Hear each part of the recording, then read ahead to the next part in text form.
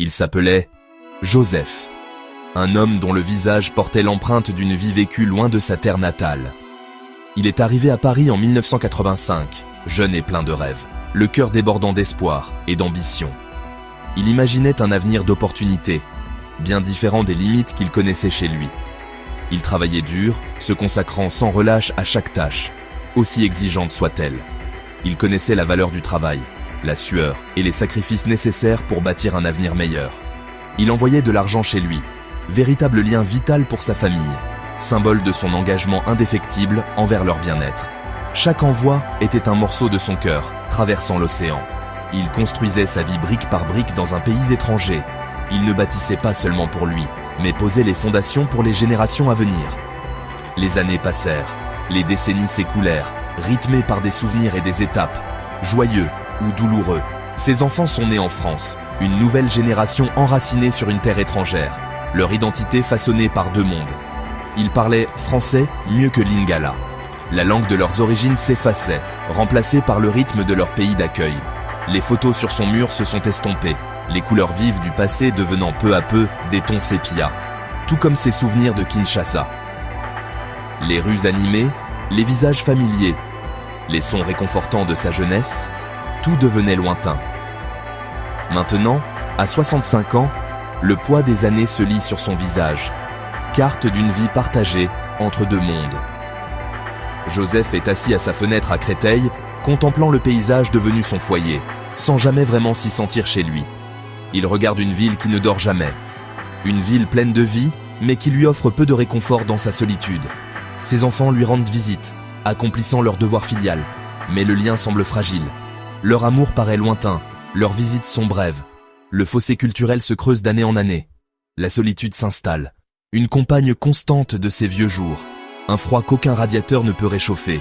Le froid de l'isolement s'infiltre dans ses os, plus mordant que l'hiver parisien. Il imagine de vieux amis sous un manguier, riant librement. Une vision nostalgique de camaraderie et d'appartenance, si différente de sa réalité présente.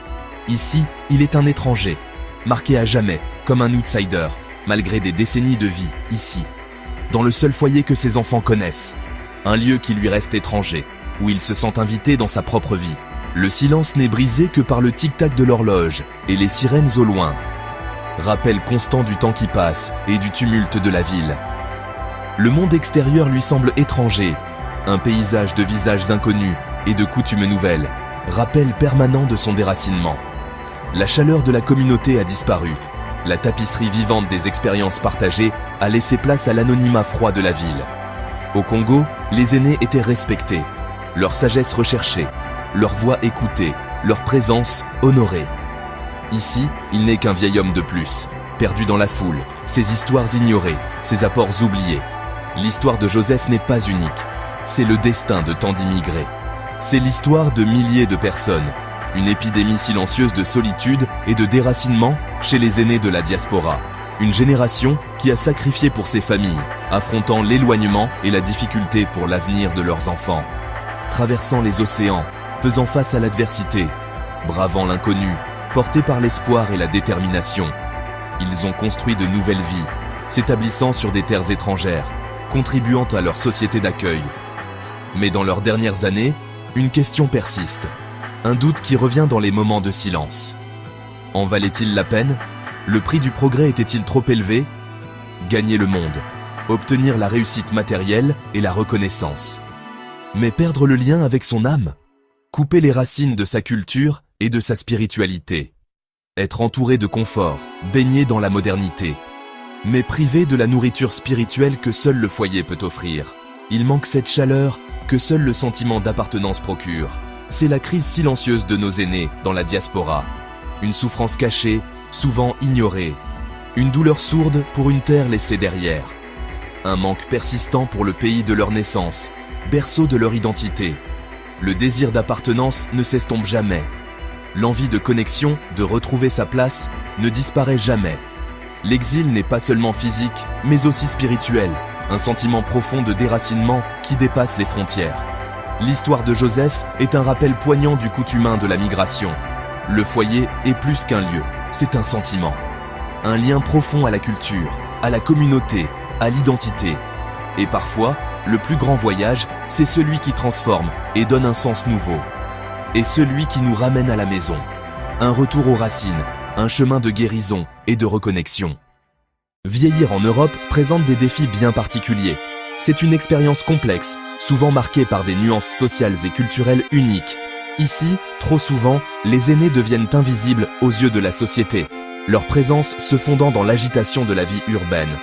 Leur sagesse, fruit de nombreuses années d'expérience, est malheureusement négligée, leurs précieux conseils oubliés dans un monde qui va trop vite. La chaleur et le réconfort de la famille sont remplacés par des appels téléphoniques programmés et de brèves visites, des moments appréciés, mais qui ne comblent pas le vide du lien authentique. Les maisons de retraite, bien que sûres et offrant un certain confort, peuvent parfois ressembler à des salles d'attente impersonnelles pour la fin de vie, rappelant la dernière étape de l'existence. L'isolement culturel est une réalité palpable. Les repas, souvent différents de ceux auxquels ils sont habitués, la langue, une barrière constante à la communication, l'humour, parfois subtil et difficile à saisir, tout devient étranger et déconcertant. Nos aînés font face à une solitude tranquille et organisée, une vie méticuleusement structurée, mais souvent dépourvue de véritables connexions. Ils regrettent le chaos et la chaleur du foyer, aspirant aux liens familiers et aux connexions vibrantes de leur terre natale. Vieillir en Europe peut signifier faire face à la mortalité loin de sa terre natale, une réalité poignante pour beaucoup, confrontés à la fin de vie dans un environnement inconnu. Un exil final, une séparation permanente de la terre et de la culture qui les ont façonnés. Imaginez un autre chemin, celui d'un retour au pays. Au Congo, vous retrouvez la chaleur humaine, le sentiment d'appartenance et une histoire partagée. Vous devenez l'aîné, le pilier de la famille, transmettant directement vos valeurs et votre sagesse. Votre présence renforce les liens familiaux et donne du sens à la vie. Vous pouvez guider, contribuer et vous épanouir, pas seulement survivre. Le confort du foyer, le climat, la nourriture, la musique, tout cela apaise l'esprit. Revenir, ce n'est pas rejeter l'Europe, mais accomplir un cycle de vie. C'est choisir une fin digne, joyeuse et pleine de sens à une vie bien vécue. Rêver de retour est une belle chose, une aspiration naturelle et puissante. Imaginer retrouver sa terre natale, ses proches et la culture qui vous a façonné est un sentiment profondément enraciné. Mais cela exige de la planification, une stratégie réfléchie et des actions concrètes. Il ne suffit pas de rêver, il faut organiser son retour. L'épargne et l'investissement sont la base, le fondement sur lequel vous construirez votre avenir au Congo. Passez de l'envoi d'aide à la construction d'un avenir durable et prospère pour vous et votre communauté. Pensez comme un bâtisseur, pas seulement comme un pourvoyeur. Soyez acteur du développement, pas seulement spectateur. Créez un fonds de retour pour faciliter votre retour, un compte dédié à cet objectif précis. Investissez dans les opportunités du Congo, logement, agriculture, services, éducation, santé.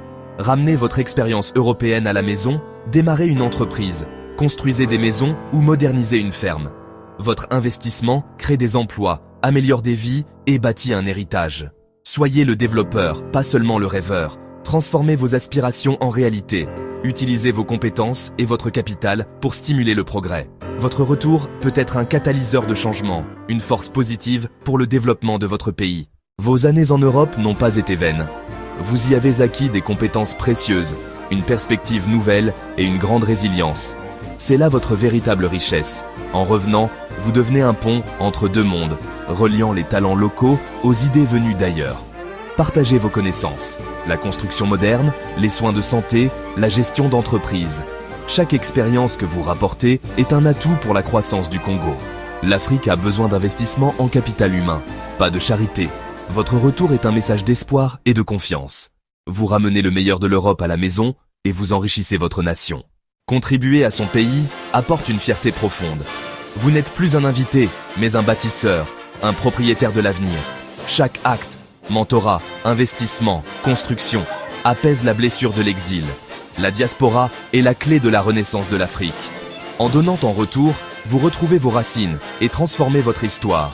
Écrivons un nouveau récit, un récit de résilience, d'ambition et de fierté. Votre contribution nourrit l'essor du continent. Le moment d'agir, c'est maintenant. Décidez comment vous souhaitez écrire votre dernier chapitre, la solitude à l'étranger ou le sens retrouvé au pays. Commencez à planifier, épargnez, investissez, recréez le lien avec vos proches. Votre retour est un cadeau pour les générations futures, Il ancre leur identité. Revenez avec des idées, de l'amour et des ressources pour bâtir et guider. Écrivez votre héritage sur la terre africaine, pas sur une pierre tombale étrangère. Le continent vous attend, votre histoire n'est pas terminée.